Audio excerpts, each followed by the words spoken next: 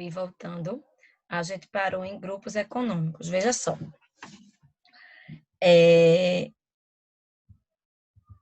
Para terminar o texto do artigo 50 do Código Civil, é importante a gente ver o parágrafo 4º. Ele diz que a mera existência de um grupo econômico, sem a presença dos requisitos de que trata o caput do artigo, ou seja, desvio, abuso da personalidade caracterizado por desvio de finalidade ou por confusão patrimonial, não autoriza a desconsideração da personalidade jurídica. O que esse artigo está ressaltando, gente, é que para haver uma desconsideração, para haver uma cobrança de um débito de uma das empresas de um grupo econômico em outro grupo se tornar responsável por uma obrigação de outro ente do grupo econômico, não é o simples fato de ser um grupo econômico que traz essa obrigação, tá certo? Para que uma empresa fique responsável pelos débitos da outra, é necessário que exista um processo de desconsideração da personalidade jurídica e que essa desconsideração comprove o abuso da personalidade, certo? Gente, danado o meu tempo aqui, toda vez eu esqueço. Gente, efeitos da desconsideração. Veja só, alguns doutrinadores, em vez de chamar de desconsideração, eles chamam de desconfiguração da personalidade jurídica.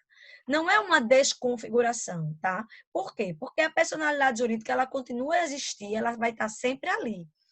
O que vai existir é um afastamento temporário. Ela existe, mas que, para haver o pagamento de determinada obrigação, ela vai ser desconsiderada. Ou seja, a desconsideração da personalidade jurídica, ela não põe fim permanente. É uma situação temporária que suspende os efeitos da personalidade. Até aqui tá errado, né?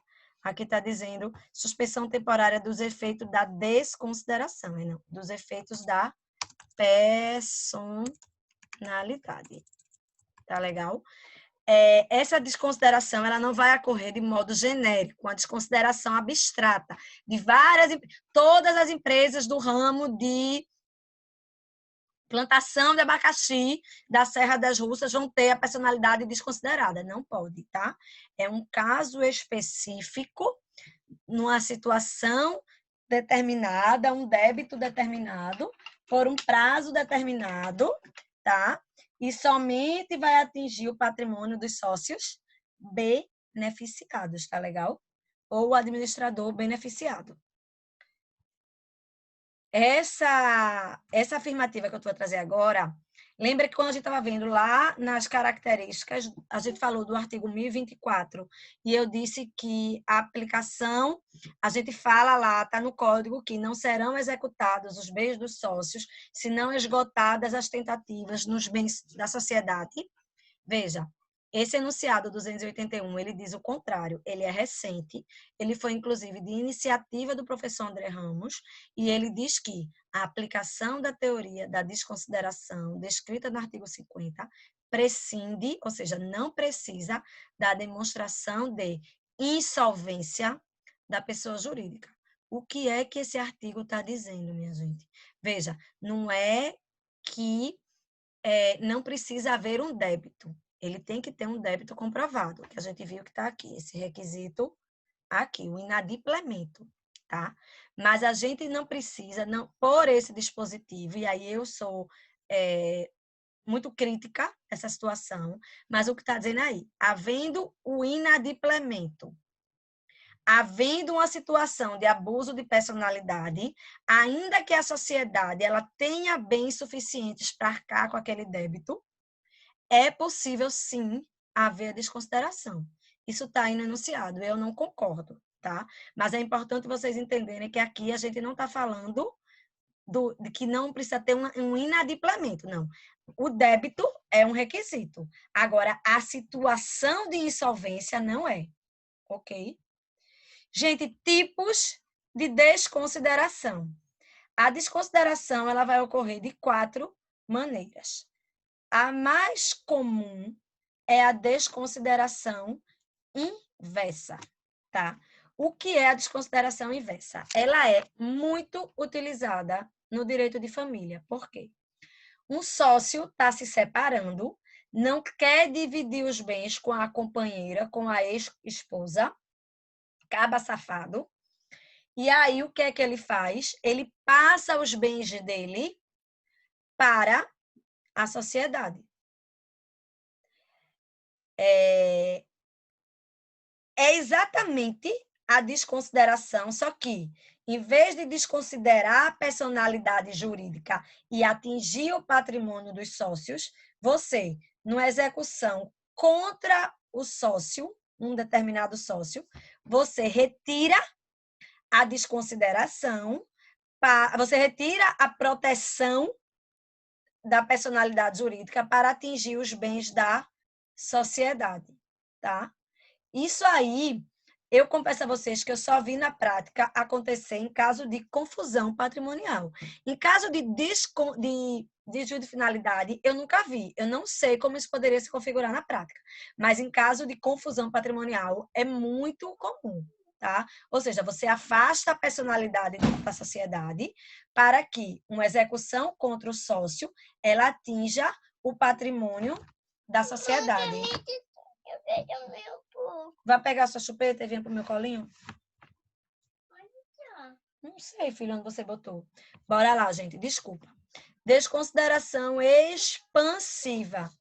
Ela ocorre quando a pessoa jurídica, a pessoa que deveria responder subsidiariamente pelos débitos da pessoa jurídica. Vai buscar, filho. Diga a Luciane que a mamãe deixou. Ela não dispõe de patrimônios suficiente, tá? Ou seja, a pessoa física, a pessoa jurídica, insolvente, confusão patrimonial, desconsidera a personalidade jurídica, atinge os sócios. Só que aquele sócio, ele também não tem patrimônio suficiente. Mas é só o fato dele não ter, não. Ele não tem por quê? Porque ele transferiu os bens dele para uma segunda pessoa jurídica. Isso é extremamente comum no ordenamento jurídico brasileiro. Não é nem no ordenamento jurídico. É uma prática que os advogados eles arranjaram quando uma empresa quebra, e aí, para não atingir o patrimônio dos sócios, o que é que os advogados sugerem? Ó, cria uma terceira personalidade jurídica, uma associação, cria aí uma coisa qualquer, passa todo o teu patrimônio para essa associação, porque aí, quando forem atrás de tudo, não tem nada no teu nome. Entenderam? Então, é nessa situação, vai haver a desconsideração para o sócio, vai chegar no sócio, vai ver que ele não tem nada, expande essa execução para a sociedade que ele criou. São chamados laranjas. Atinge o patrimônio de nova personalidade jurídica, nova pessoa jurídica, constituída pelos mesmos sócios, numa clara tentativa de se esquivarem da responsabilidade pelas dívidas da primeira sociedade constituída. Entendido? Gente, desconsideração indireta é o caso que a gente falou do grupo econômico. É o caso de haver um grupo econômico, tá? E haver a situação de utilização indevida daquele grupo, tá? Um desvio de finalidade de alguma determinada sociedade ou a confusão patrimonial entre as sociedades. Ocorre contra uma empresa controladora, comete fraude por meio de uma empresa controlada ou coligada. Ou seja, a controlada, ela vai ter um débito que vai atingir a empresa controladora. Entendido? Atinge o patrimônio da empresa que tem o maior patrimônio, que vai ter capacidade para saldar a dívida. Gente, por fim, consideração Estão vendo a confusão, né? A consideração sucessiva. Gente, a desconsideração sucessiva, ela ocorre quando a operação de desconsideração, ela se repete em diferentes momentos, tá?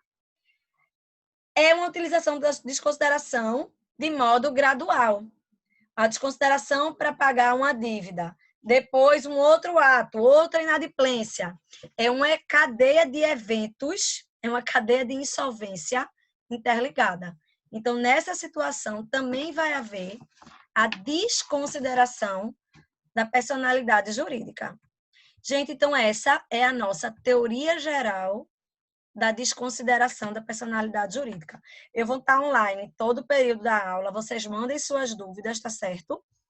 E próxima aula, dessa sexta a 8, a gente vai entrar ao vivo para tirar dúvidas dos dois temas. Quais são eles? Operações societárias e desconsideração da personalidade jurídica. E aí, a gente já entra, de hoje a 15, nós entramos em direito falimentar propriamente dito, o melhor momento da vida para a gente falar sobre isso. Ontem foi aprovado na Câmara dos Deputados a alteração do projeto de lei da lei de falência, tá? Mas vamos deixar isso para nosso próximo tema. Beijos, estudem, bom final de semana e postem as dúvidas que eu estou online para tirar.